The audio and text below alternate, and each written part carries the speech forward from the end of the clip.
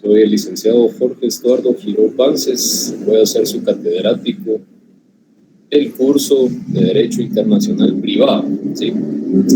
Este curso, jóvenes, es un curso bastante amplio, ¿sí? No es un curso complicado, sin embargo, sí viene bastante cargado. Si ustedes pueden analizar el pensum de estudios, como prerequisito tenemos al Derecho Mercantil y al Derecho Internacional Público 1.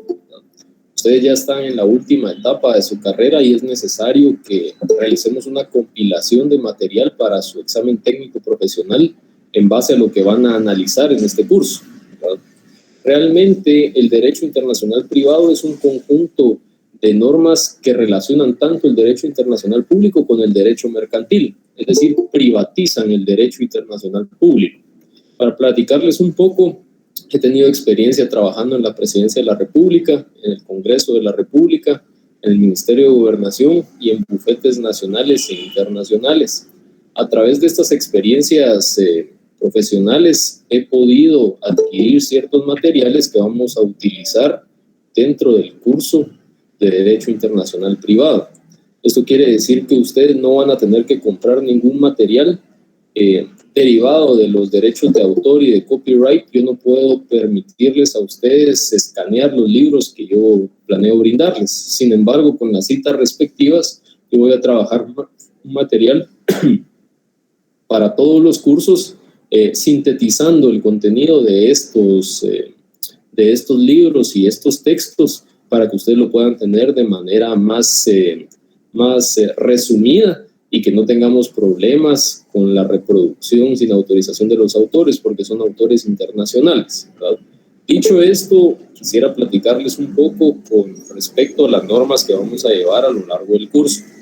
Si bien es cierto, en la sección antigua no iniciamos por costumbre a las 5:30, el día de hoy es necesario, antes de que se aclare la situación, porque por apoyo a los compañeros que salen de trabajar tarde, que me imagino que muchos aún van en el transporte hacia sus casas, iniciamos las clases usualmente a las 6 de la tarde. Sin embargo, el día de hoy lo dejamos programado a las 5:30 y posiblemente el día de mañana también, para aclarar la situación del horario, ya que en el horario de la facultad está programado para las 5:30, ¿verdad? Aquí tenemos ya presentes a nuestras dos auxiliares que nos van a estar apoyando a lo largo del curso, Gabriela Coy y Julieta Villedo. No sé si están por ahí.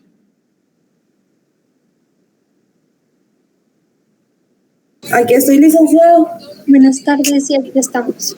Perfecto, entonces ellas van a ser nuestras auxiliares del curso.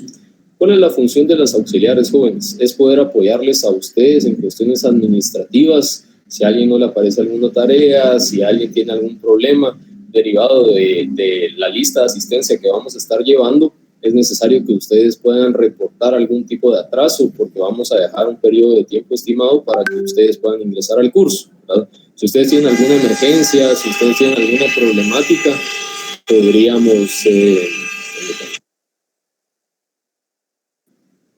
podríamos avisarle a nuestras compañeras o directamente a mí, ya sea por WhatsApp, por correo electrónico, para que ustedes no se vean afectados en su puntuación al momento de llevar la zona final, ¿verdad? Ya con la asistencia completa. En ese sentido, jóvenes, ustedes están en la última etapa, ¿sí?, de su carrera. Aquí ustedes ya formaron un carácter, ya ustedes adquirieron conocimientos básicos, se van a terminar de pulir en los exámenes técnicos profesionales, pero la idea de esta clase es que ustedes puedan explicar, ¿sí?, lo que ustedes están entendiendo. No sirve de nada si nosotros leemos, ¿sí?, sin estudiar. No sirve de nada si nos saturamos de contenido si no sabemos explicarlo. Entonces va a ser una clase bastante participativa. Yo les quiero solicitar que todos tengan el micrófono habilitado al momento de que se les solicite la participación, ya sea en lecturas, en opiniones, y realmente que no tengan miedo de opinar, ¿sí? Ustedes ya a estas alturas ya perdieron un poco el miedo a hablar en público, y eso solamente se pierde con la práctica, ¿verdad? Entonces vamos a tener una clase bastante participativa, donde siempre va a fundarse el respeto, ¿verdad, jóvenes?, a las opiniones. No vamos a tocar temas, vamos a tocar temas un poco controversiales al momento de analizar la historia del derecho internacional público. Vamos a tocar ideologías, aspectos religiosos, y realmente cada persona va a tener una ideología distinta. Entonces vamos a permanecer con una línea de respeto entre los compañeros hacia mi persona y de mi persona hacia ustedes, ¿verdad? Para los exámenes y las pruebas, por favor, necesito que todos tengan la posibilidad de poder activar sus cámaras, ¿sí? Durante la clase van a haber ejercicios, por ejemplo, presentaciones, pruebas cortas en donde va a ser exigido, pero se les va a avisar con tiempo. Si algún compañero, por ejemplo, va manejando moto, va en el transporte público, créanme que vamos a tomar todas las consideraciones del caso, porque se entiende, ¿verdad, jóvenes? Yo ya estuve donde ustedes están y nosotros no somos estudiantes que trabajan, sino trabajadores que estudian. Entonces, realmente, en ese sentido, vamos a tomar todas las consideraciones del caso. Yo lo que busco es que todos ganen el curso, pero no se va a regalar el curso. Ustedes tienen la posibilidad, si realizan todas sus tareas, si realizan todos los ejercicios, los exámenes que yo realizo son exámenes de opción múltiple. Entonces son exámenes sencillos, si ustedes llevan la línea, ¿sí?, la continuidad del curso. Vamos a partir analizando el programa. Sin embargo, quiero explicarles que el programa no va a ser una camisa de fuerza, ¿verdad? No nos va a limitar a que nosotros podamos ver algunas situaciones extracurriculares, realizar ejercicios prácticos.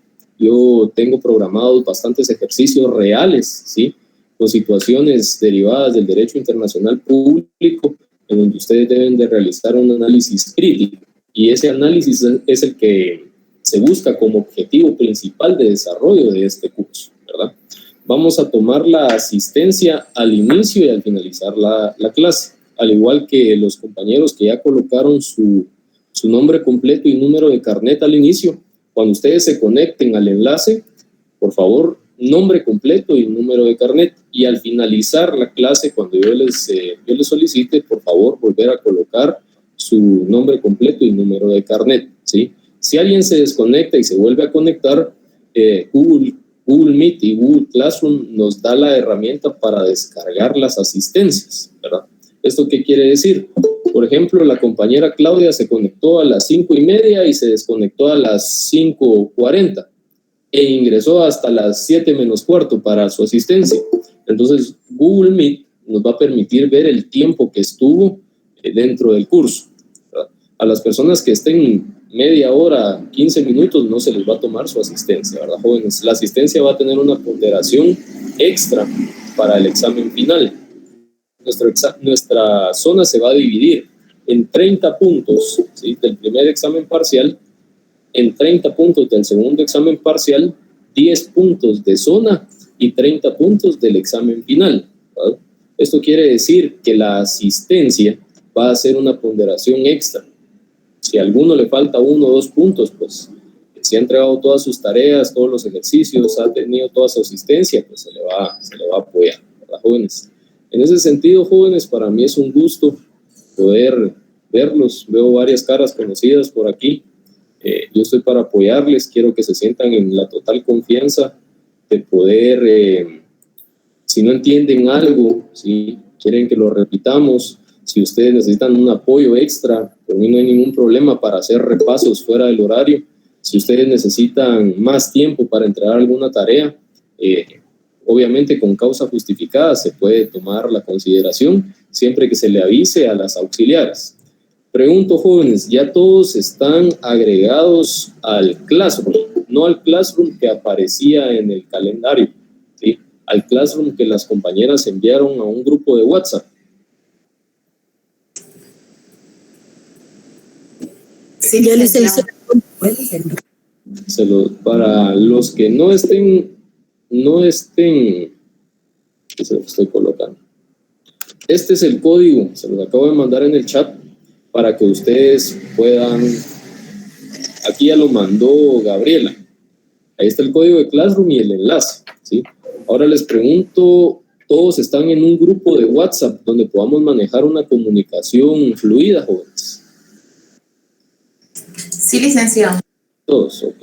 Leslie me levantó la mano. Sí, Lic, una consulta. El grupo de Classroom que usted indica es el donde estaba el enlace de esta reunión, ¿cierto? Así es. Gracias.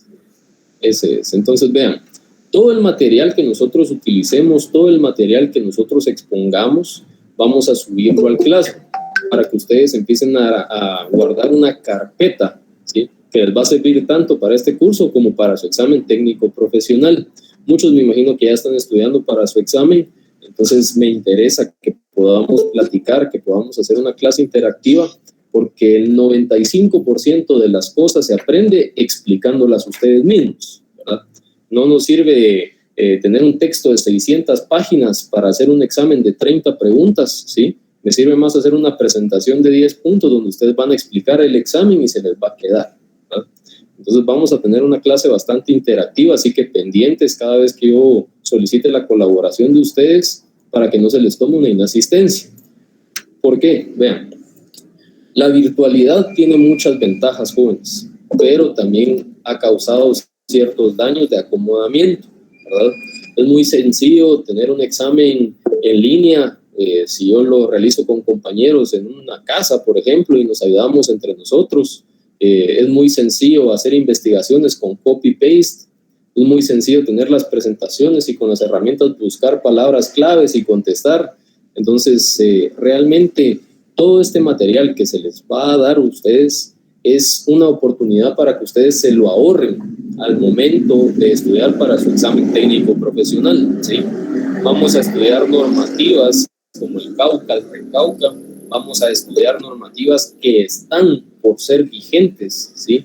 Hay iniciativas de ley muy interesantes relacionados a las aduanas, ¿sí?, a leyes de comercio internacional, a leyes de impuestos, ¿verdad?, en el derecho internacional. Por ejemplo, casos prácticos interesantes: ¿por qué Amazon tiene una entrada tan complicada en Guatemala que no tienen otros países, ¿verdad? Yo no sé si aquí los 59 que están presentes han comprado en Amazon, pero requiere varios requisitos que en otros países no se requieren, ¿verdad? Entonces vemos cómo hay algunos convenios especiales con Estados Unidos, con China, y cómo la ley ha buscado relacionar distintos países, pero la legislación guatemalteca no ha permitido tener esa comercialización libre. Y en otros aspectos, la comercialización de productos sin factura se han vuelto un mercado que genera a la recaudación tributaria, ¿verdad? Si ustedes han comprado en internet, por ejemplo, en Marketplace de Facebook, ¿sí?, que son comercios informales, si ustedes van al mercado, ¿por qué no les facturan? Pero si ustedes viajan, por ejemplo, a Estados Unidos y ven productos guatemaltecos que tienen mejor calidad que la que dejan aquí adentro, ¿por qué ahí sí hay facturas? Entonces, todas estas cuestiones las vamos a ir analizando poco a poco para que ustedes también puedan analizar, ¿sí? Y para los que están buscando puntos de tesis, en esta clase van a surgir varias lagunas de ley y las vamos a analizar, y de aquí van a poder ampliar su conocimiento para poder elaborar sus tesis, ¿verdad? Entonces, bueno, jóvenes, para los que acaban de ingresar, compañeros, ya están en el Classroom, en el grupo de WhatsApp.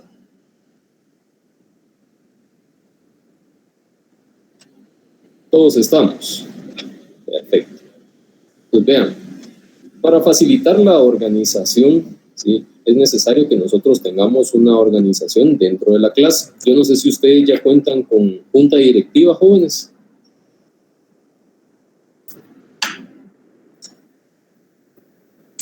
La compañera Diana es nuestra presidenta. Estamos manejando la anterior del año pasado. Ah, perfecto. Entonces, hoy por hoy, la presidenta es Diana Arribillaga. Diana Arribillaga, ¿está por ahí, Diana? Sí, licenciada, buenas tardes. Hola, Diana, buenas tardes. ¿Será que nos puede brindar su número de teléfono? Sí, es 4512-9829. 9829. Listo. Entonces, ustedes pueden centralizar cualquier tipo de solicitud, cualquier tipo de petición a través de su presidenta, y ella nos la puede hacer llegar directamente a mí o a nuestras auxiliares, ¿verdad? La idea es mantener un canal de comunicación amplio por cualquier situación, ¿verdad? Cuando tengamos ejercicios prácticos, vamos a utilizar estas herramientas que nos permite Google Meet. No van a tener que realizar reuniones, por ejemplo. Eso ya queda a discreción suya. Cuando hagamos presentaciones, por ejemplo, yo les voy a brindar todas las herramientas para que trabajen en grupos de manera virtual, ¿verdad? A mí me gustaría que pudiéramos trabajar de manera presencial, pero ya ven que las condiciones no lo permiten, entonces vamos a sacarle provecho a todo lo que son las herramientas virtuales, ¿verdad, jóvenes? Esto no quiere decir de que ustedes se tengan que acostumbrar a responder utilizando las redes sociales, ¿verdad? Las redes sociales o las herramientas virtuales, perdón, porque en un examen técnico profesional ustedes no van a poder ni sacar el teléfono. Entonces, desde ya tenemos que empezar a cambiar el daño que esta virtualidad nos ha venido a ocasionar, acomodando, ¿sí? ¿Por qué? ¿Qué sucedía antes, jóvenes? En la vieja escuela. Si queríamos hacer una investigación, debíamos ir a buscar a la biblioteca entre varios libros, ¿verdad? Hoy en día solo buscamos una palabra y eso nos viene a acomodar, pero necesitamos empezar a desarrollar nuestro manejo de códigos, nuestro manejo de leyes. Yo no sé si ustedes, jóvenes, ya saben cómo subrayar, ya tienen alguna técnica. En cursos anteriores les han enseñado cómo subrayar correctamente leyes.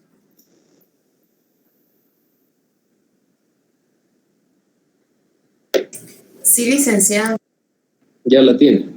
Entonces vamos a tomarnos un tiempo en la próxima clase para que puedan ustedes analizar cómo estudiar correctamente una ley, ¿sí? Porque aquí en este curso vamos a retroalimentar un poco del derecho mercantil, del derecho internacional, un poco del derecho tributario, ¿verdad? Entonces realmente el derecho internacional privado está en el último semestre por una razón, ¿verdad? Y con ciertos prerequisitos por una razón, porque aquí ustedes ya vienen adelantados en el camino para poder desarrollar estas técnicas jurídicas, ¿de acuerdo? Entonces vamos a analizar el programa para platicarles un poco de cómo vamos a llevar a cabo el curso.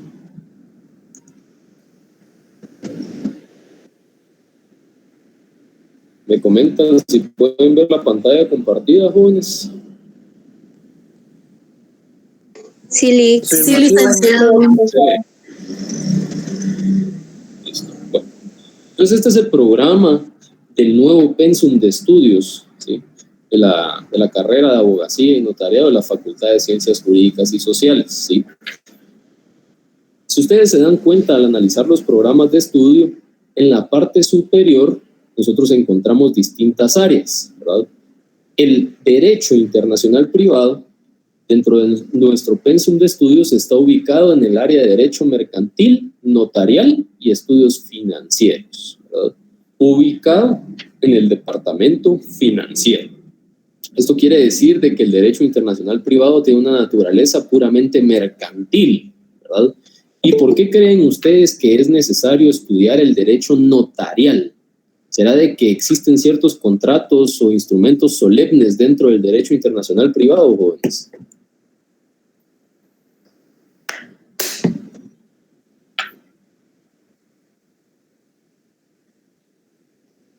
¿Qué sucede si ustedes están en el extranjero y tenían asuntos pendientes en Guatemala y necesitan que alguien pueda realizarlos, delegarlos a través de un mandato y están en el extranjero? ¿Será que yo le puedo hacer la firma a mi cliente porque me llamó y me dijo, mire, hágame favor ahí de firmarme porque estoy afuera?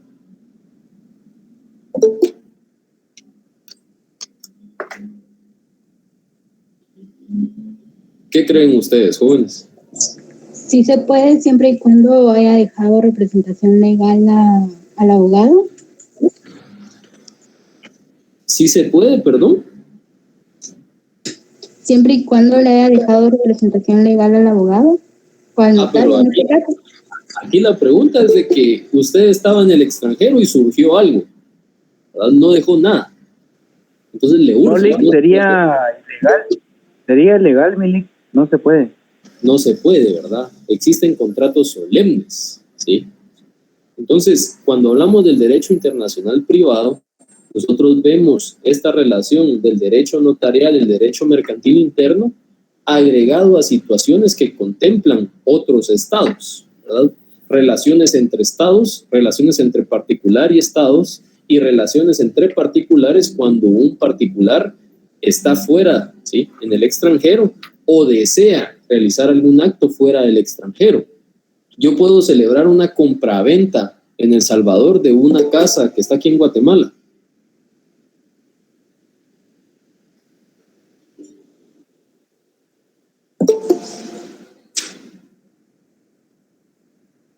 Aquí son opiniones, jóvenes. No hay preguntas equivocadas porque es lo que vamos a ver, ¿sí? Quiero que se sientan. Para mi parecer, si no dejó establecidamente ahí sí que el permiso y el contrato, creo que no se puede. No se puede, ¿verdad? El protocolo, ¿sí? Cuando ustedes ven una hoja de protocolo para los compañeros que ya tuvieron la oportunidad de poder procurar, tener familiares, amigos, abogados, ustedes ven que el protocolo, ¿sí?, posee hojas especiales, ¿sí? El papel sellado especial de protocolo. Entonces, este protocolo viene a contemplar ciertas situaciones relacionadas al derecho internacional privado, y es por ello que el derecho notarial contempla ciertos principios generales. Ustedes pueden ver en las redes sociales que se promociona Congreso Internacional de Derecho Notarial. Entonces uno se pone a pensar, bueno, y no, el derecho notarial es exclusivo de cada país tiene sus normas, sus procedimientos. ¿Por qué hay congresos internacionales de derecho notarial? ¿Verdad? Es por ello que se establece dentro del derecho internacional privado que el derecho notarial funge una de las bases principales para poder adquirir, enajenar, ¿sí?, vender, ceder, otorgar. Entonces, todo lo que contemplan derechos y obligaciones dentro del derecho notarial puede establecerse de manera internacional, ¿verdad? Entonces, aquí vemos, hablando un poco de los objetivos generales, que era lo que estábamos platicando, nos vamos a pasar al contenido. Siempre que nosotros analizamos una nueva rama del derecho, ¿sí?, vamos a establecer dos formas de estudio. En primer lugar, los aspectos generales, ¿sí?, y en segundo lugar, el plano específico, ¿verdad?, la normativa específica para ciertos asuntos. Entonces, dentro de los aspectos generales, nosotros vamos a analizar el por qué, ¿sí?, se debió establecer un derecho internacional privado. Cuando hablamos de un planteamiento del problema, para los que ya comenzaron su tesis, ¿qué es un planteamiento del problema, jóvenes?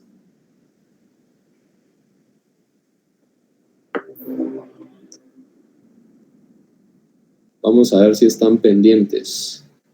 Delmi de Rosario, ¿está por ahí?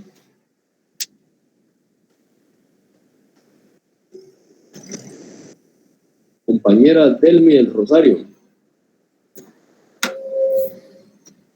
Bueno, Delmi del Rosario no está presente, vamos a ver. Fernanda Jerónimo. Buenas noches, licenciado. Hola, Fernanda. Dígame, para usted, ¿qué es el planteamiento del problema? Pues yo no he iniciado a hacer mi tesis, pero yo pienso que puede ser estudiar el problema a fondo, estudiar un tema o un asunto en específico. Muy bien. Exacto, ¿sí? Ya ven, las opiniones siempre van a llevarnos a una respuesta, ¿sí?, con base a una idea que tengamos. El planteamiento del problema no es más que el asunto por el cual se necesita realizar un estudio para resolverlo. Entonces, si nosotros hablamos, por ejemplo, de una laguna de ley, algo fuera del derecho internacional, una laguna de ley. Por ejemplo, es prohibido grabar a los policías cuando le realizan una requisa.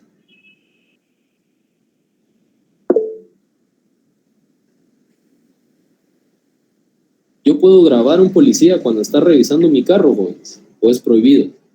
Sí, lo puedo hacer, licenciado. ¿Y ellos me pueden grabar a mí? También. También. Y si ellos dicen, miren, no me puede estar grabando.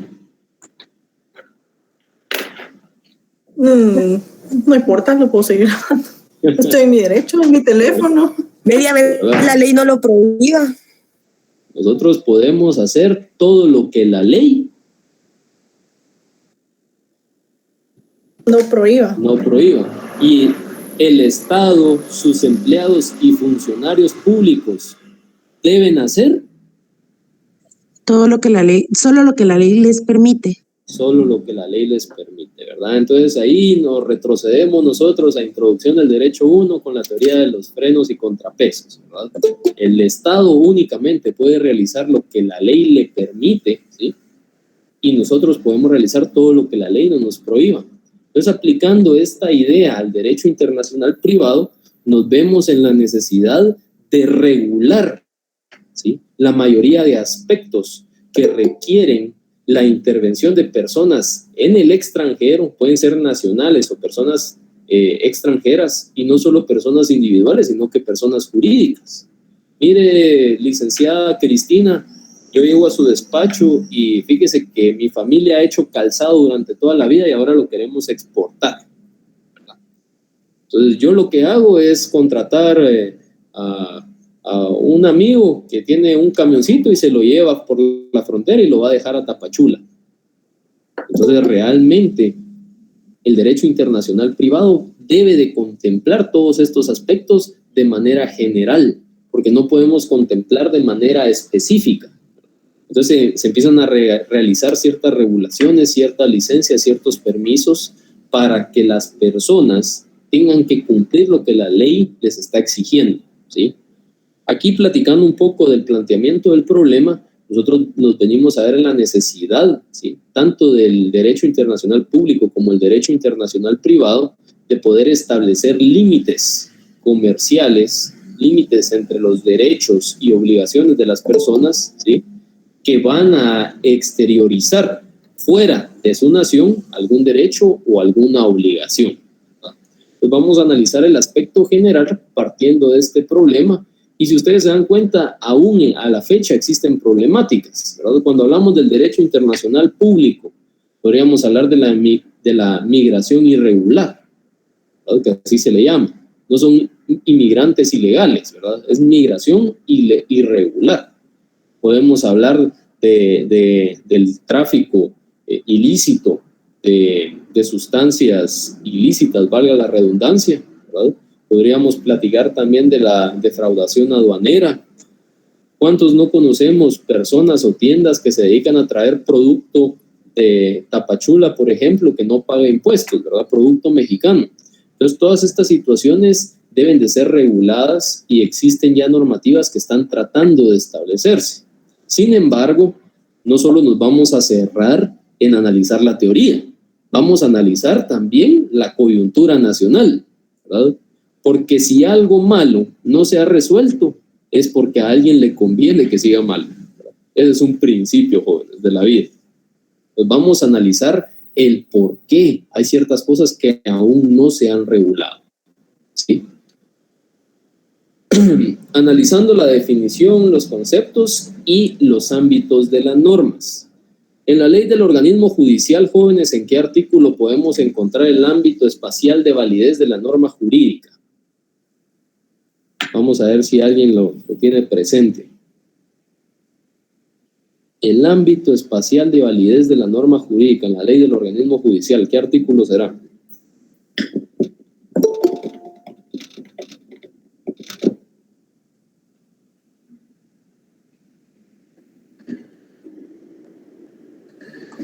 ¿Sería el artículo 5?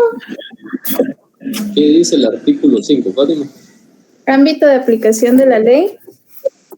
El imperio de la ley se extiende a toda persona nacional o extranjera, residente o en tránsito, salvo las disposiciones del derecho internacional aceptadas por Guatemala, así como a todo el territorio de la República, el cual comprende el suelo, el subsuelo, la zona marítima, terrestre, la plataforma continental, la zona de influencia económica y el espacio aéreo, tales como los definen las leyes y el derecho internacional.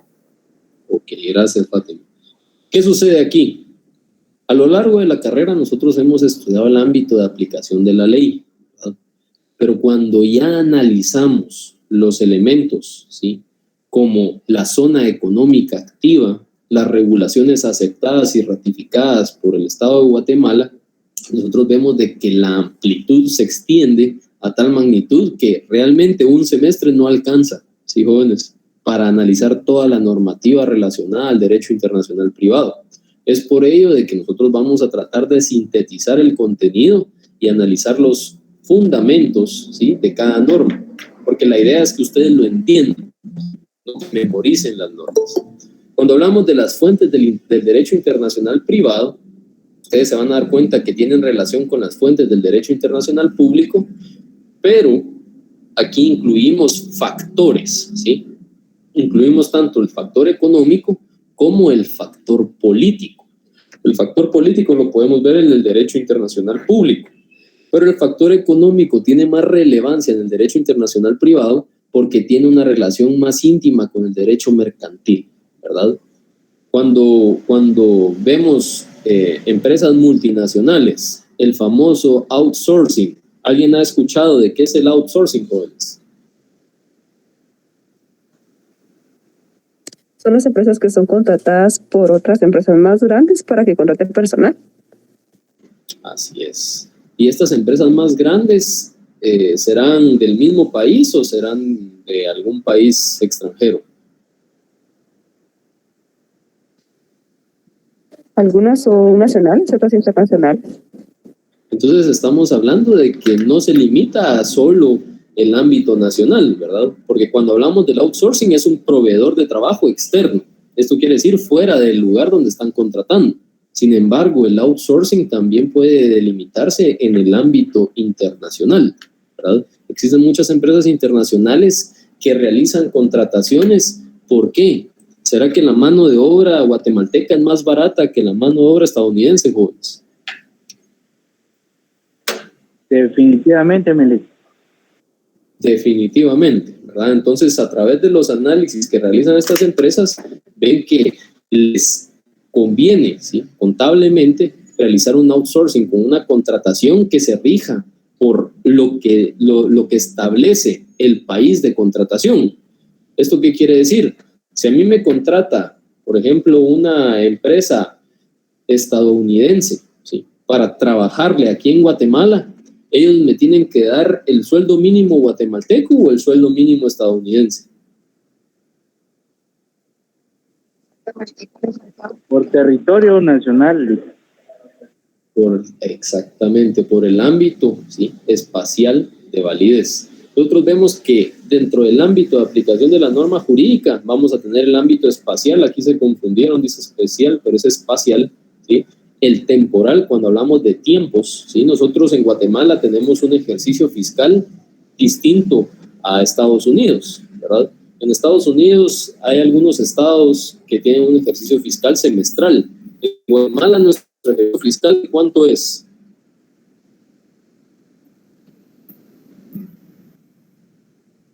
Anual. Anual. Entonces las obligaciones relacionadas al derecho internacional privado deben de cumplirse anualmente. Cuando hablamos de aduanas, cuando hablamos de la Superintendencia de Administración Tributaria, el ámbito espacial de validez, a pesar el ámbito temporal, perdón, de validez, a pesar de poder ser una empresa extranjera, debe de regirse en tiempo, modo y lugar del país en donde se está realizando la acción. Vamos a analizar también un poco de historia, ¿sí? Antiguamente existía un criterio de ley territorial, ¿sí? De manera rápida se los comento antes de entrar a analizarlo más a fondo. El antiguo criterio determinaba que la conveniencia del tratado, del acto, del asunto que se estaba realizando, debía de convenir al país, ¿sí?, al cual se estaba realizando el acto. ¿Esto qué quiere decir? Yo quería exportar de Guatemala a México, no sé, fruta. Entonces el arancel no se podía quedar en Guatemala, el arancel debía de quedarse en México.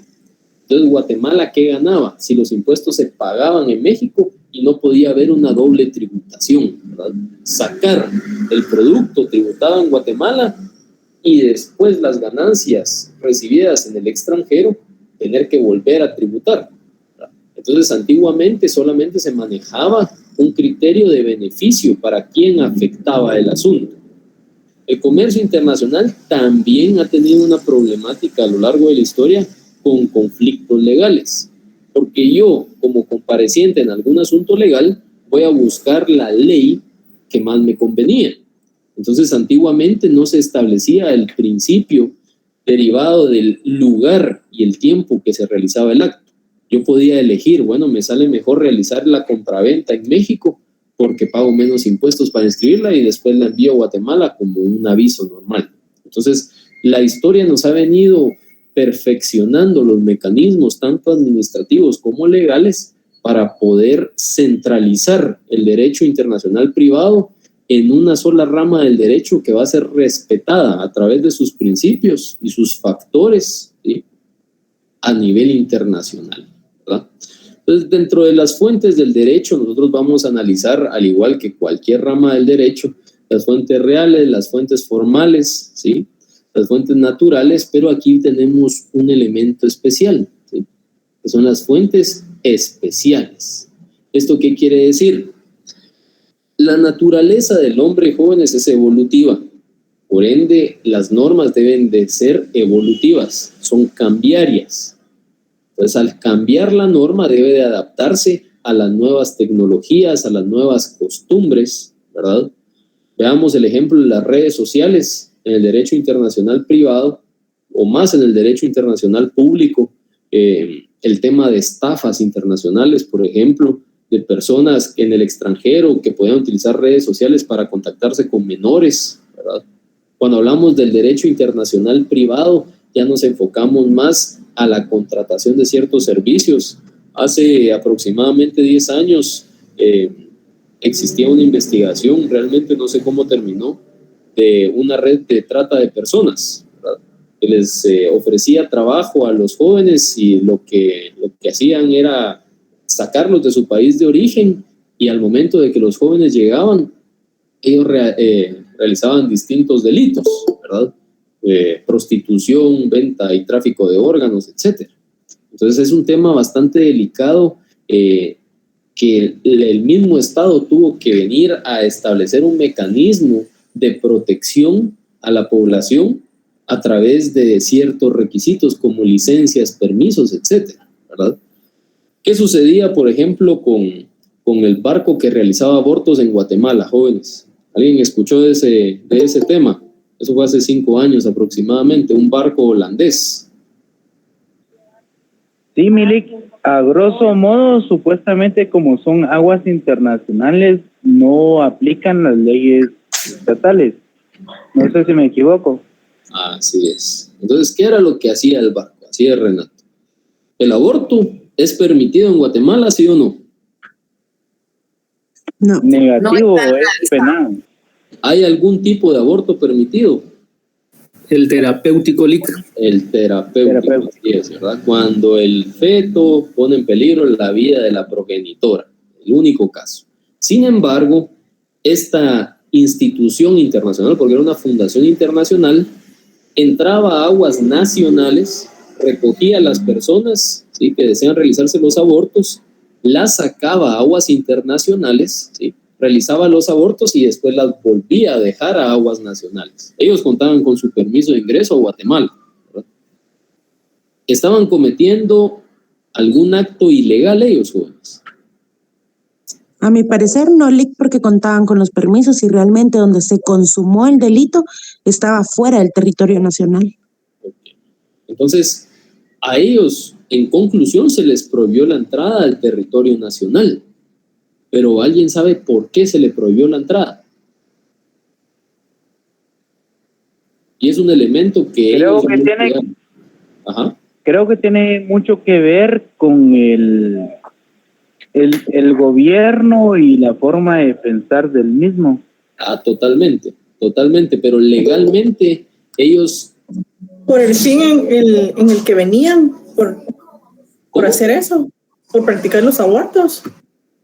Pero como lo estaban practicando fuera, ¿verdad? Definitivamente, como dice Renato, ideológicamente, ¿verdad?, en un país conservador, los cuerpos legales que tenían a cargo y poder prohibir la entrada decidieron prohibírsela, pero ellos legalmente debían de respaldar esta decisión. ¿Y cómo lo respaldaron? El efecto, ¿sí? Ellos le realizaban abortos a las personas, pero ya no les daban un seguimiento. Entonces muchas personas que se habían realizado el aborto fuera de las aguas nacionales, ¿sí?, ya en aguas internacionales, regresaban y fallecían a los días de habérselo realizado porque no realizaban un aborto, no tenían una observación como en otros países donde sí es legal. Entonces, el efecto ocasionado de este asunto que no era ilegal, es ilegal, ¿verdad? Entonces, ¿qué venía a suceder? ¿Qué venía a ocasionar este efecto? Que la integridad física de las personas fuera vulnerada. En base a eso se le prohibió la entrada a este tipo de personas, ¿verdad? Cuando nosotros nos enfocamos en el aspecto privado, de igual manera existen ciertas situaciones que son legales, pero tienen efectos que pueden considerarse ilegales, ¿verdad? ¿Qué sucede, por ejemplo, con la compra de insumos, de comidas, de medicamentos, de Tapachula, por ejemplo? Ustedes, si han tenido la oportunidad de ir a un mercado mexicano que les llaman, que tienen producto mexicano, ustedes pueden observar que hay alimentos incluso para bebés, ¿verdad? Que no han tenido la conservación adecuada. Y al no tener la conservación adecuada, pueden llegar a ser tóxicos. Leche de bebé recién nacido, ¿verdad? Más barata. Entonces las familias, buscando el ahorro, buscan estos mercados ilegales, pero al estar expuestos al sol, al agua, al deterioro, al daño de los recipientes, esto viene a generar, ¿sí?, que se ocasione una damnificación, aparte de la defraudación tributaria que se está realizando. Pero el derecho internacional privado también contempla los efectos. Es por ello que nosotros ya vamos a ir realizando un análisis crítico del por qué hay ciertas cosas que aún no se han regulado, ¿verdad? Entonces, los factores especiales en el derecho internacional privado son únicos en sus características porque vienen a contemplar tanto la naturaleza social como la naturaleza económica, ¿sí?, y la diversidad de legislaciones. También vamos a analizar el desarrollo histórico, ¿sí?, del derecho internacional privado. Les estaba platicando el antiguo criterio territorial de la ley, de cómo se realizaba el análisis de a qué estado le convenía el asunto, pero esto se fue perfeccionando a través de distintas escuelas, realizando estatutos. Es por eso que se llaman escuelas estatutarias, ¿verdad? Tanto la italiana, la francesa como la holandesa han venido a desarrollar y a perfeccionar una escuela, ¿sí?, llamada la Escuela de Bustamante, que generó el Código de Bustamante o el Código del Derecho Internacional Privado, que lo vamos a analizar también, ¿verdad? También dentro de estos principios, dentro de estos factores, nosotros vamos a encontrar reglas, ¿sí? Estas reglas son similares a los principios, pero se establecen como reglas porque ya son normativas aceptadas y ratificadas por los estados. Entonces, al existir un conflicto entre el espacio interno y externo de un país, nosotros ya tenemos reglas de resolución de conflictos.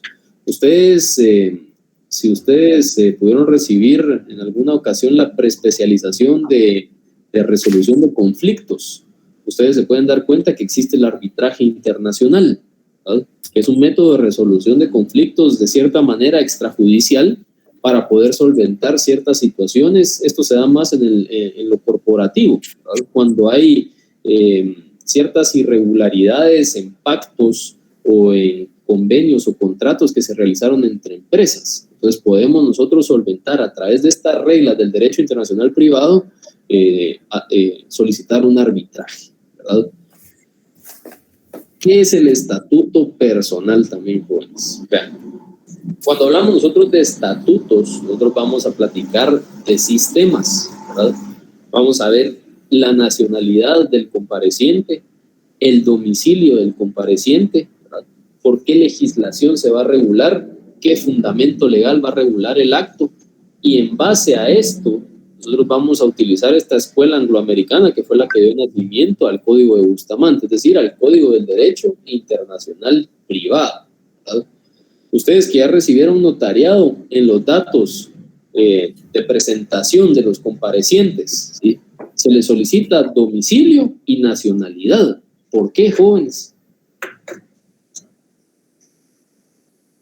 ¿Será que afecta el acto tener un domicilio y una nacionalidad distinta?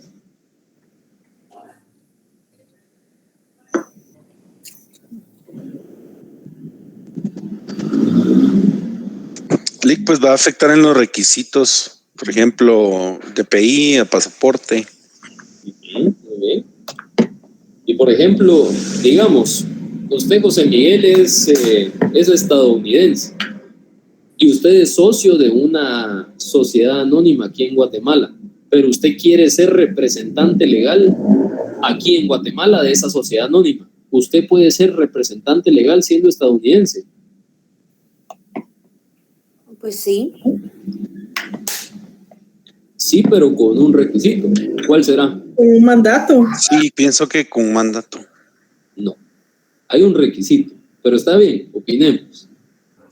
Licenciado, creo que estar domiciliado en Guatemala. Así es, estar domiciliado en Guatemala. ¿Por qué? Esto no lo dice la ley, pero si ustedes en alguna oportunidad siendo profesionales van a hacer una representación legal de un extranjero, representando a una persona jurídica aquí en Guatemala, sin el domicilio establecido en Guatemala, se los van a denegar, porque la naturaleza de la representación legal es precisamente representar en asuntos jurídicos, administrativos, económicos, etcétera, a la persona jurídica en el territorio guatemalteco. Entonces imagínense una citación del juzgado de José Miguel en Miami. Pues la ley no puede permitir eso. Existen ciertos requisitos especiales y es por eso que los estatutos personales son muy importantes, tanto en el derecho notarial como en el derecho internacional privado, ¿verdad? Si yo quiero realizar, por ejemplo, un contrato de leasing, la ley de leasing que es famosa, ¿verdad? Ya muchos la están implementando, la compra de bienes, el arrendamiento a través del leasing con opción a compra, ¿verdad? Que eso es un arrendamiento con opción a compra. ¿Cómo las empresas internacionales pueden proveer estos servicios con opción a compra? Entonces la ley de leasing estipula ciertos requisitos y lineamientos cuando se trata de comercio internacional, ¿verdad? Entonces es bien interesante este tema y ya nos vamos perfeccionando un poco.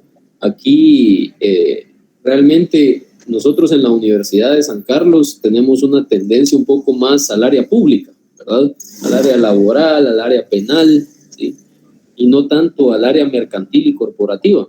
Pero el derecho internacional privado es un área que a ustedes les va a llegar a servir mucho si la logran dominar. Lastimosamente, por el pensum, ustedes deben ser un poco autodidactas en el área corporativa, ¿verdad? Pero si le ponemos atención al derecho internacional privado, créanme que se les va a facilitar mucho este dominio del área corporativa del derecho. Entonces, si hablamos, por ejemplo, de principios, de los derechos adquiridos, el locus regit actum, la lex rei citae, estos son principios que nosotros podemos observar desde el curso de teoría del Estado, ¿verdad? ¿Qué quiere decir la lex rei citae, jóvenes? ¿Alguien recuerda? Ley. No hay ley sin...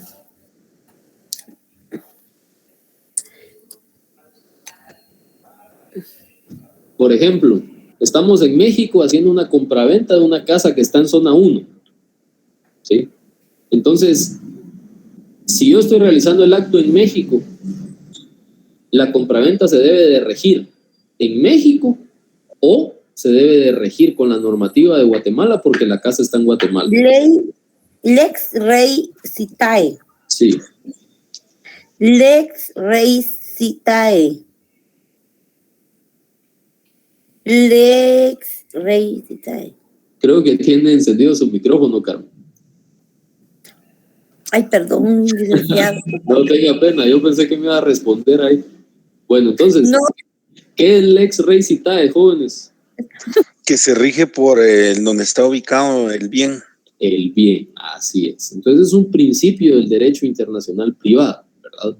La legislación que va a regir el acto debe de ser la legislación de donde esté ubicado el bien, ¿sí? No importa si yo la celebro en otro país, porque la escrituración, la perfección, se debe de realizar en los registros donde esté ubicado el bien, ¿verdad? Ahora vamos con el locus regit actum, jóvenes. ¿Qué será el locus regit actum? Créanme que participando así no se les va a olvidar. Así que aprovechen estas participaciones. Significa que el acto jurídico se rige por la ley del lugar en el cual se celebró. Muy bien, en el cual se celebró, pero hay algo más ahí, le faltó algo más. Pero sí está bien, Jonathan. Se rige en el lugar que se celebró el acto y hay algo más.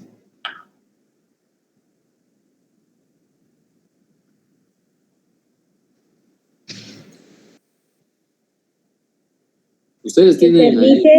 Que se rige por las condiciones vigentes en el país en donde fue concluido. Y en donde, así es, y en donde se va a perfeccionar el acto, ¿verdad? ¿Eso qué quiere decir? El acto, ¿sí? Cuando no hablamos de bienes, por ejemplo, porque lex rei citada es únicamente para bienes, pero si hay actos expresamente establecidos que deben de tener un requisito formal, por ejemplo, ¿qué les digo yo? Una adopción, ¿sí? Entonces, se debe de regir por el lugar en donde se está realizando el acto, donde se va a perfeccionar el acto, ¿sí? Y en las condiciones vigentes de donde se está perfeccionando el acto. Esto quiere decir de que este principio comprende 3 aplicaciones especiales, ¿verdad? En primer lugar, esto se lo digo de manera general porque lo vamos a ver más específico, ¿verdad, jóvenes? De manera general, en donde se realizó el acto, en donde se va a perfeccionar y las leyes que están vigentes en ese momento, ¿verdad? Entonces, estos 2 principios son sumamente importantes para poder adquirir la perfección de un instrumento en el derecho internacional privado, ¿verdad?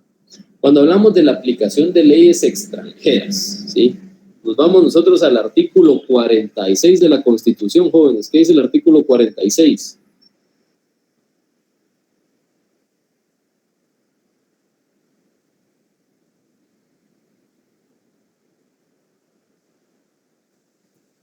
¿Es la preeminencia del derecho internacional? ¿A qué dice el artículo 46 de la Constitución? Establece que se establece el principio general de que en materia de derechos humanos, los tratados y convenios aceptados y ratificados por Guatemala tienen preeminencia sobre el derecho interno. Entonces nosotros vemos y ahí retomamos nosotros esa pelea doctrinaria, ¿verdad? ¿Qué es mayor, los tratados en materia de derechos humanos o el ordenamiento jurídico interno? Y la conclusión es que los tratados en materia de derechos humanos no pueden contradecir a la Constitución como en Carta Magna, ¿verdad? Pero aquí viene la pregunta, ¿qué tienen que ver los derechos humanos con el derecho internacional privado, jóvenes? En una legislación como Guatemala que únicamente divide el derecho en derecho público y derecho privado. ¿Qué sucede aquí?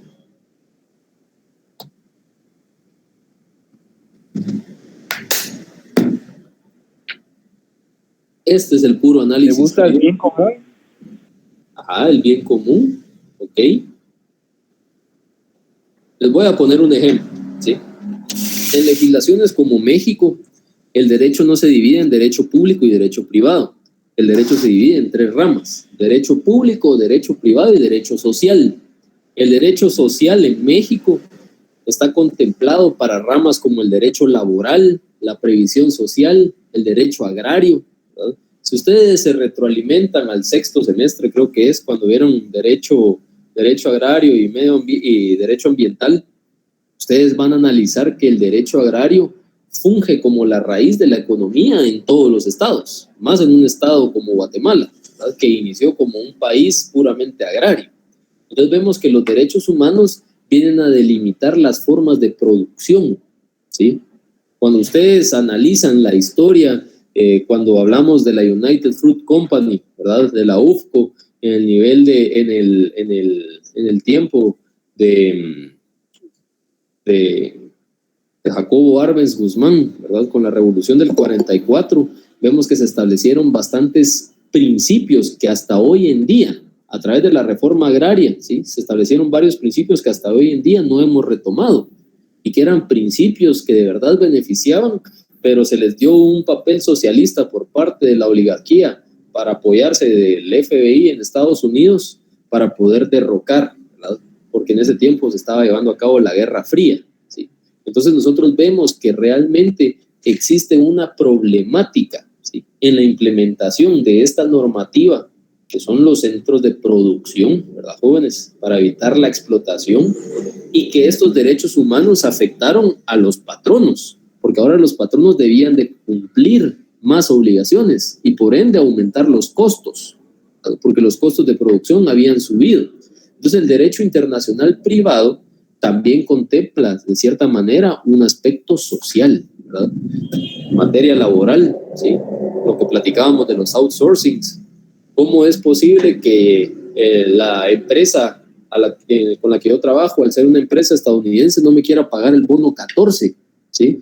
Yo no sé si alguno de aquí tiene amigos en call center, pero hay varias personas que me han platicado que realmente tienen problemas con algunos call centers porque ellos son empresas estadounidenses y no pagan el bono 14, ¿verdad? Entonces créanme que eso va a realizar una problemática. Entonces vemos que el derecho internacional privado no puede saltarse, ¿sí?, las normativas para adquirir una conveniencia y adoptar y elegir la normativa que le va a ser más conveniente. Debe de respetar el lugar donde se están realizando los actos, ¿verdad? Entonces esta aplicación de las leyes extranjeras, en primer lugar, debe de respetar la soberanía, ¿sí? Debe respetar la ley de extranjería, que también la vamos a analizar, ¿sí? Debe de respetar sobre todo los sistemas de aplicación de oficio. ¿Esto qué quiere decir? Cuando hablamos nosotros de un asunto de oficio, ¿sí?, ¿qué quiere decir esto, jóvenes? Tenemos asuntos a ruego y asuntos de oficio. ¿Qué es un asunto de oficio? Que sí o sí se debe cumplir. Así es. Que es un asunto que se debe de cumplir sin que exista instancia o solicitud de parte, ¿verdad? Por ejemplo, con la ley de femicidio. Mire, es que fíjese que mi esposo me pegó, lo quiero denunciar, y al ratito, mire, yo no quiero que se vaya preso, quiero retirar la denuncia, ya se fue de oficio, ¿verdad? La ley actúa por sí sola. Entonces este sistema de aplicación de oficio debe de ser respetado por los asuntos que no requieren instancia particular, ¿verdad? Eso quiere decir ciertas defensas, ciertos mecanismos, ciertos requisitos, ¿sí?, para la aplicación de las leyes extranjeras. También debe de respetarse la vía diplomática, ¿verdad? Esta vía diplomática, especialmente entre estados, debe de respetar los convenios y tratados que se tengan entre sí. Hablemos, por ejemplo, de acuerdos comerciales que eximen de algunos impuestos o dan tarifas de impuestos especiales a ciertos estados para la importación o la exportación, ¿verdad? Lo que sucedió con la contratación de Alaska en el Ministerio de Trabajo hace un año fue eso aproximadamente, ¿verdad? Que se dieron 200 plazas para guatemaltecos, donde iban a ganar aproximadamente $1,600 o $2,000. Entonces el Ministerio de Trabajo extendió por la vía diplomática permisos de trabajo y Alaska los aceptó, ¿verdad? Entonces vemos que la vía diplomática es necesaria para agilizar este tipo de negocios y convenios que se tienen entre los países, ¿verdad? Se debe de justificar también la ley extranjera. ¿Esto qué quiere decir? Toda ley extranjera que es invocada, ¿sí?, por el sistema de invocación debe ser justificada, ¿verdad? Que exista un texto que sea vigente, que tenga sentido, ¿sí?, y que posea una certificación, ¿verdad? Existen también limitaciones y dificultades, jóvenes, para las aplicaciones de las leyes extranjeras. ¿Esto por qué? Cuando hablamos nosotros del orden público, ¿sí?, quiere decir que la posibilidad de correcta de una ley, que una ley sea positiva, es muy limitada. Les pongo un ejemplo. Para la ley seca, todos los que están aquí no tomaron después de las 9. Para los que toman, todos respetaron esa ley. Y aquí nadie va a contestar porque no se quieren exponer, ¿verdad? Bien, Lick. Honesto, me gusta eso, Renan. Honesto. Entonces vemos de que la ley puede ser vigente, mas no positiva, ¿verdad? No tiene una aplicación hegemónica, es decir, en toda la población, y esto viene a complicar y a limitar la aplicación de leyes extranjeras. En pocas palabras, si no me hacen caso a mí como Estado, ¿cómo le van a hacer caso a una ley extranjera? Entonces, dificulta esa aplicación correcta de la ley. Es por eso que existen ciertos mecanismos que vienen a limitar la posibilidad de realizar ciertas acciones. Para los que tienen visa o han tramitado su visa estadounidense, jóvenes, ustedes llevaron a cabo un proceso burocrático desgastado, ¿sí o no? O para los que conocen cómo es el proceso, ¿es un proceso desgastante, sí o no? Sí. Y ustedes lo realizaron porque tenían la necesidad de ir a ese país. Pero ¿qué sucede si a ustedes se les dijera, miren, ustedes necesitan sacar su visa ya en Estados Unidos? Al llegar al aeropuerto, ustedes deben ir al consulado y sacar su visa. ¿Será que todos la sacarían?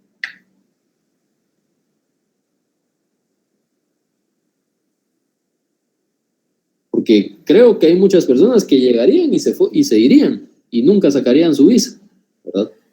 Entonces se establecen ciertos mecanismos limitando la capacidad de la persona para hacerlos obligatorios. Es por eso que el orden público en la aplicación de las leyes extranjeras es muy complicado, ¿verdad? El fraude de ley, hablamos por ejemplo del caso de los Bitcoin, ¿verdad? ¿Alguien escuchó ese caso?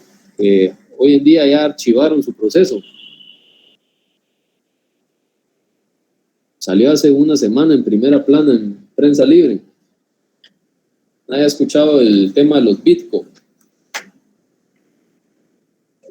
No, yo creo que también deberían de extender, no sé si el DPI o un documento, no sé si el pasaporte, perdón, se me olvidó. No, está bien, ahí Manuel nos iba a dar la respuesta, ahí lo escuché. Dígame, Manuel. Se trata de los rusos, Lick, que entraron ilegalmente, supuestamente. Sí, entraron con documentos falsificados, ¿verdad? Entonces, ellos venían con la intención de ser residentes. Y fue un tema bastante controversial porque diplomáticamente Rusia lo respaldó, ¿verdad? La embajada rusa. Entonces fue un tema bastante controversial, de bastante impacto, que sentó un precedente. Entonces el fraude de ley puede ser comprobado a través de los mecanismos y requisitos, ¿verdad? Es por eso que cuando ustedes sacan su pasaporte, necesitan una cartilla con ciertos requisitos. Cuando ustedes realizan acciones de transporte de mercancías al extranjero, ustedes deben de llenar ciertos requisitos para las licencias, ciertos permisos especiales. Cuando ustedes sacan un vehículo, ¿sí?, de Guatemala, ¿qué es lo que necesitan, jóvenes? Si no son los propietarios.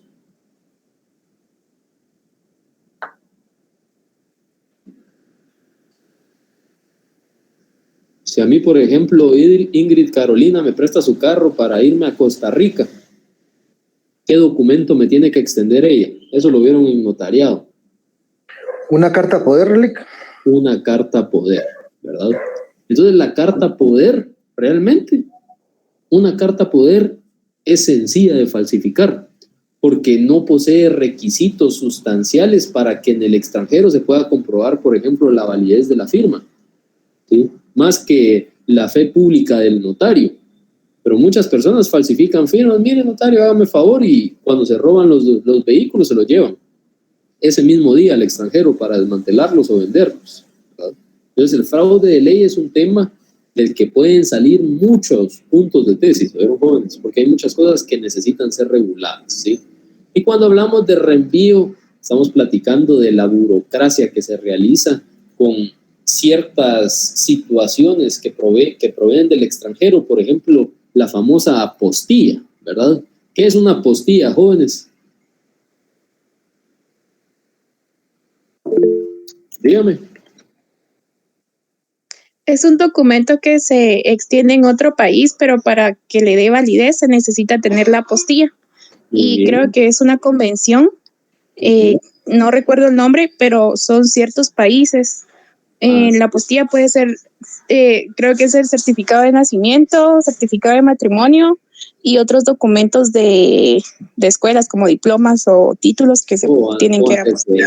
¿Verdad? Muy bien, Mayrin, la felicito. Y la convención que dio nacimiento a la apostilla es la convención de la Haya. Oye, por eso se llama apostilla de la Haya en algunos países, ¿verdad? Entonces esta apostilla precisamente es ese requisito para darle validez a documentos personales, documentos provenientes del extranjero. También lo vamos a estudiar y ustedes van a aprender cómo realizar las apostillas, porque tenemos ejercicios. Cuando hablamos de los documentos provenientes del extranjero, pues platicamos de estas apostillas, ¿verdad? Vemos que hay ciertas reglas aplicables y requisitos especiales que son intrínsecos del derecho internacional privado cuando hablamos de actos y contratos autorizados en el extranjero, ¿sí? Legislación en el país de origen del acto, no donde se está realizando, ¿verdad? Sino donde va a tener origen el acto. Es por eso que muchas veces ustedes en algunos grupos de Facebook o grupos de WhatsApp, ustedes ven que algún abogado, algún notario dice, hay algún abogado, algún notario en, no sé, Nueva York, ¿verdad? Preguntando si hay abogados en el extranjero porque tienen algunos asuntos que pueden ser legalizados en el extranjero, pero tienen que cumplir ciertos requisitos, ¿verdad? Y posteriormente, ya platicando, ya por el tiempo, cómo se ejecutan las sentencias provenientes del extranjero, ¿verdad? Platiquemos un poco, por ejemplo, de las extradiciones. ¿Alguien sabe qué es una extradición?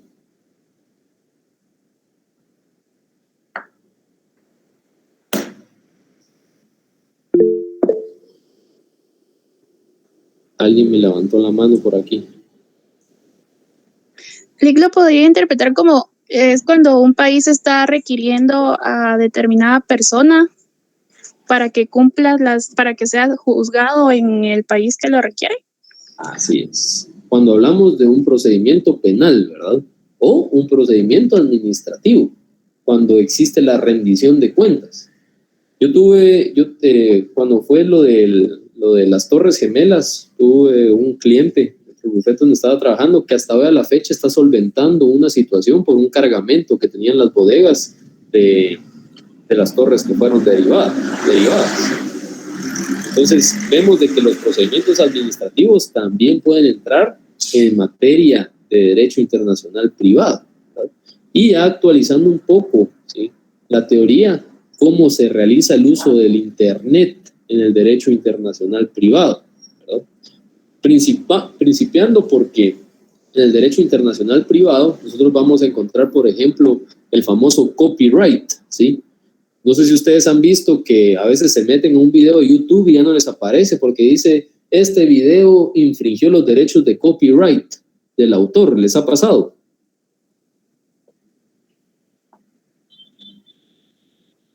O alguna publicación que se infringió derechos de autor.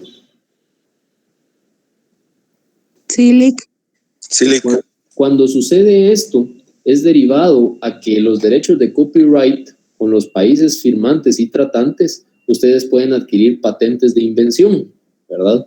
Es por eso que, por ejemplo, una marca, al momento de ser registrada aquí en Guatemala, en muchas ocasiones esa marca puede ser utilizada en otro país, ¿verdad? Pero si ustedes realizan los procedimientos adecuados con la patente de invención, la autoría de los copyright, que vamos a tener un invitado especial cuando toquemos este tema, fue el encargado de registro de la propiedad intelectual hace 2 periodos, y quiero que él les explique un poco de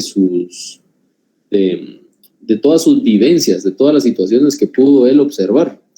Yo les puedo comentar que antes de que viniera esta empresa de Globo, esta empresa inició en Argentina y una persona decidió inscribir una marca llamada Globo. Se lo permitieron, y cuando Globo entró a Guatemala tuvo que pagar 1 millón de quetzales para poder implementar su marca nuevamente, ¿verdad? Entonces hay muchas personas, muchos abogados que se dedican a comprar marcas que tienen la posibilidad, a registrar marcas que tienen la posibilidad de establecer negocios aquí en Guatemala. Es un negocio redondo, ¿verdad? También los registros de los dominios de Internet. Ustedes pueden comprar un dominio en Internet para una página, ¿verdad? Y también pueden hacer negocio vendiendo y comprando dominios de Internet, ¿sí? Ahí ya les tengo preparada una presentación de algunos antecedentes de personas que han comprado dominios con nombres comerciales y que las empresas tuvieron que comprar estos dominios. Y también existen ciertas medidas de seguridad y riesgos con los servicios de Internet, ¿verdad? Cuando nosotros hablamos de la comercialización de las fuentes de información, ¿Qué sucede, por ejemplo, con Infornet? ¿Ustedes han escuchado Infornet? Sí, Lick. Bien, mi Lick, ahí estoy bien tachado. Eso es horrible, ¿verdad? En Infornet aparece lo peor de todos. ¿Y con qué derecho ellos pueden comercializar su información, jóvenes? O usted, Renato, que ya revisó que aparece ahí, ¿usted les autorizó a ellos comercializar su información? No, Lick, pero fíjese que yo creo que ahí es un tema muy profundo, porque de hecho usted puede hacer una carta de solicitud que lo borren y que no tiene ellos no tienen permiso de manejar su información. Creo que ellos internamente se burlan, porque independientemente que usted no aparezca, porque usted les canceló el servicio, igual le sigue afectando, mi Lick. Infornet, así es, Infornet es una herramienta que utilizan las empresas para investigarlos antes de una contratación, bancos antes de entregarles créditos, ¿sí? Personas individuales antes de realizar algún contrato con ustedes. Infornet se dedica a la recopilación de datos, ¿verdad? Pero aquí es donde viene el tema importante. Les puedo jurar que de los 82 que estamos aquí, nunca leemos los términos y condiciones completos de lo que aceptamos. Y en un amparo que se le interpuso a Infornet, donde los multaron solamente con 20,000 quetzales, ellos establecieron que todos los usuarios habían aceptado términos y condiciones en distintas aplicaciones, ¿verdad?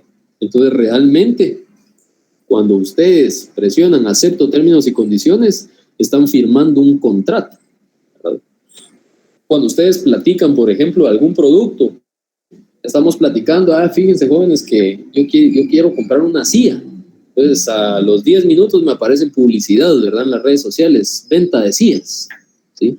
Entonces, nosotros tenemos aceptados estas escuchas comerciales para comercializar nuestros datos con la publicidad inteligente, ¿verdad? Entonces, es un tema bastante delicado que nosotros aceptamos tácitamente.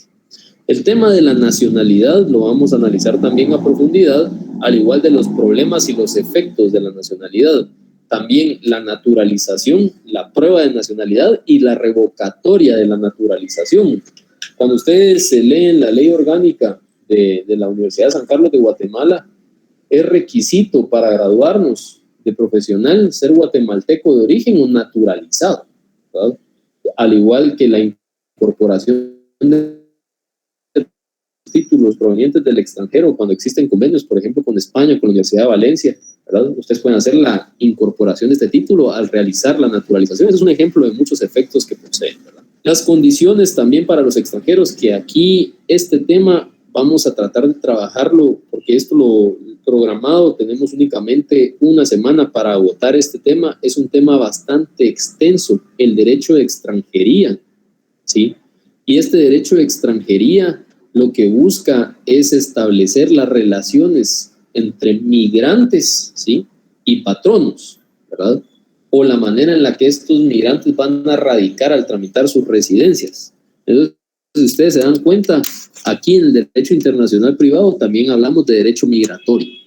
Y ese es un tema bastante extenso, muy importante para los que han tenido la oportunidad de ir a migración. Es un tema que no muchos abogados dominan. Yo he tenido la oportunidad de trabajar varias extranjerías, varios garantes, varias residencias, y créanme que es necesario establecer un sistema de cómo estudiarlo para que lo podamos agotar en el periodo de tiempo que tenemos. Y lo vamos a hacer, ya tengo el material preparado. Así que, jóvenes, esto es el contenido que vamos a desarrollar, ¿sí? Aunado, por supuesto, al derecho mercantil, ¿verdad? Que esto prácticamente va de la mano con los casos prácticos que vamos a tener, porque aquí ya vamos a irnos nosotros a realizar escritos, a desarrollar esquemas de cómo se realizan los procedimientos, porque ustedes aquí, en la teoría, ustedes pueden aprenderse de memoria si quieren los artículos, pero cuando su cliente llegue y le solicite algo, no van a saber a dónde ir, qué requisitos requieren antes, ¿verdad? ¿Qué hay que pagar? ¿Cómo hay que realizarlo? Entonces, por ejemplo, no sé si alguien aquí ha tenido la oportunidad de apoyar en un matrimonio, que es algo sencillo. ¿Alguien ya ha apoyado en realizar un matrimonio aquí, jóvenes? Sí, licenciado. Y Después del acta de matrimonio, ¿qué tuvo que hacer?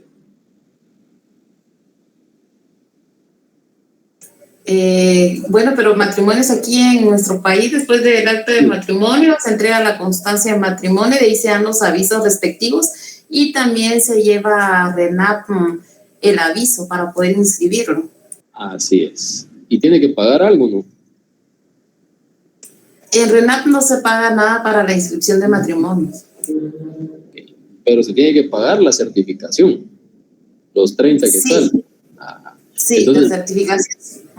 Entonces vemos de que el mecanismo aquí está sencillo, pero ahora ¿qué sucede si Claudia se quiere casar con un cubano? ¿Será que cambia? Sí, cambia, Lic. Cambia.